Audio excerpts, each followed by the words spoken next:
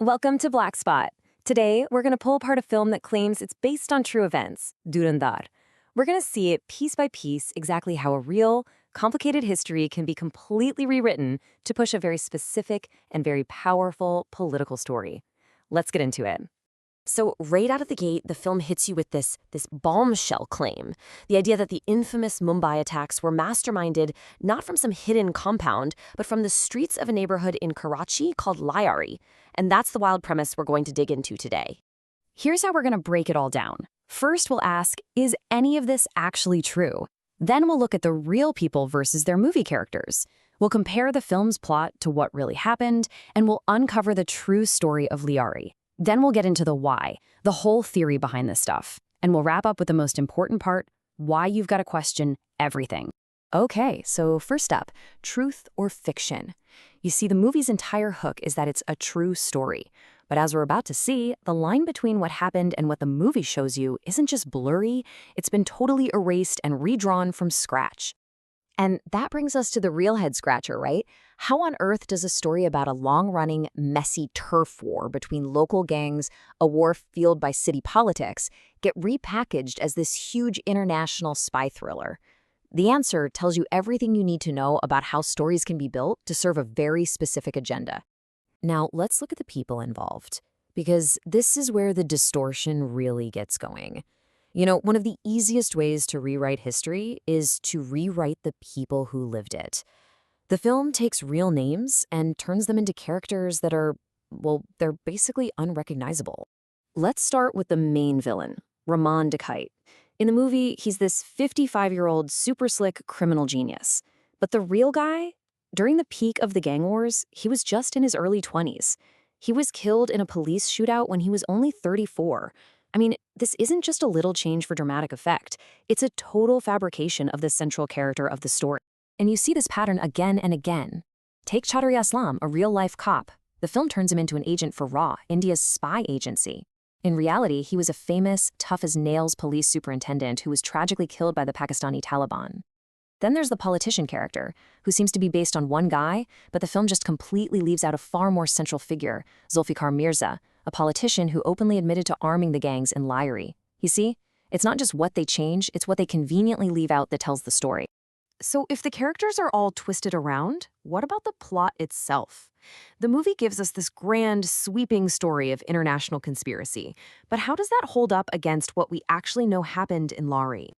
The film's plot is pure Hollywood. It connects the 2001 Parliament attack in India, the Lyari gang war, and the 2008 Mumbai attacks all into one neat package. You've got an Indian agent going undercover in Karachi for revenge, and bam! He stumbles upon the command center for this other massive terror plot. It's exciting, it's cinematic, for sure. But the real story? Well, it was violent and it was tragic, but it was local. Deeply local. It was a turf war. A battle for control between gangs who are being used as muscle by rival political parties, mainly the PPP and the MQM. This was about city blocks, not a global holy war. And to really get how big this distortion is, you have to understand the place itself, Lyari. The movie needs Lyari to be this one-dimensional hive of terrorists, but to do that, it has to completely erase a rich, complex, and honestly, a surprisingly progressive history. You know, the violence in Lyari didn't just pop up out of nowhere. It evolved. Back in the 60s, it was petty crime. But the 80s changed everything. The fallout from the Soviet-Afghan war flooded the city with Kalashnikovs and heroin. By the 2000s, it had become a full-blown proxy war for political parties. It took a massive state-led operation years later to finally get a handle on it. It's a classic story of outside forces poisoning a community from within. And here's everything the movie leaves on the cutting room floor. The real Lyari, it's one of the most diverse places you can imagine. It was a hub for labor unions and left-wing politics. It was a hotbed of resistance against military dictators. And it was a place where ordinary people showed incredible bravery standing up to the gangs. The film erases all of that just to create a simple, scary bogeyman. So, we've seen what they did, how they twisted the characters, the plot, and the place. But now we have to ask the really big question, why? Why go to all this trouble to rewrite history? And this is where we get into the nuts and bolts of how propaganda works. There's a term for this. It's called historical revisionism. And look, this isn't about historians finding new evidence and updating the books. No, no.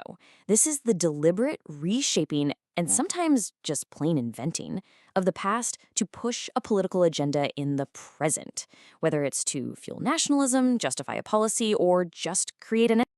And the damage this stuff does is very real. First, it creates an other. It takes a group of people and turns them into a stereotype. Second, it completely erases nuance. Life is messy and complicated. This kind of story turns it into a simple cartoon of good guys versus bad guys. Third, it builds a case for aggression. It creates a villain so evil that any action against them feels justified. And finally, it's a powerful distraction. It uses flag-waving and nationalism to make people forget about the real problems they might be facing at home. So where does all this leave us? Well, it brings us to our final and honestly our most important point. In a world where we are just flooded with information and stories, what is our job as the audience? I think Mark Twain put it perfectly. It is far easier to fool people than to convince them that they are being fooled. See, really good propaganda works because it feels true. It plays on our emotions, our fears, our patriotism, and that makes it incredibly hard to step back and question it.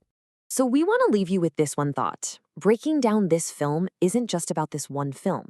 It's a case study, a blueprint for how these narratives get made, and it makes you ask a really uncomfortable question.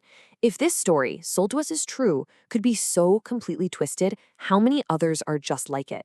Thanks for joining us on Black Spot. If you find these kinds of deep dives important, make sure you subscribe, and we'll see you for the next one.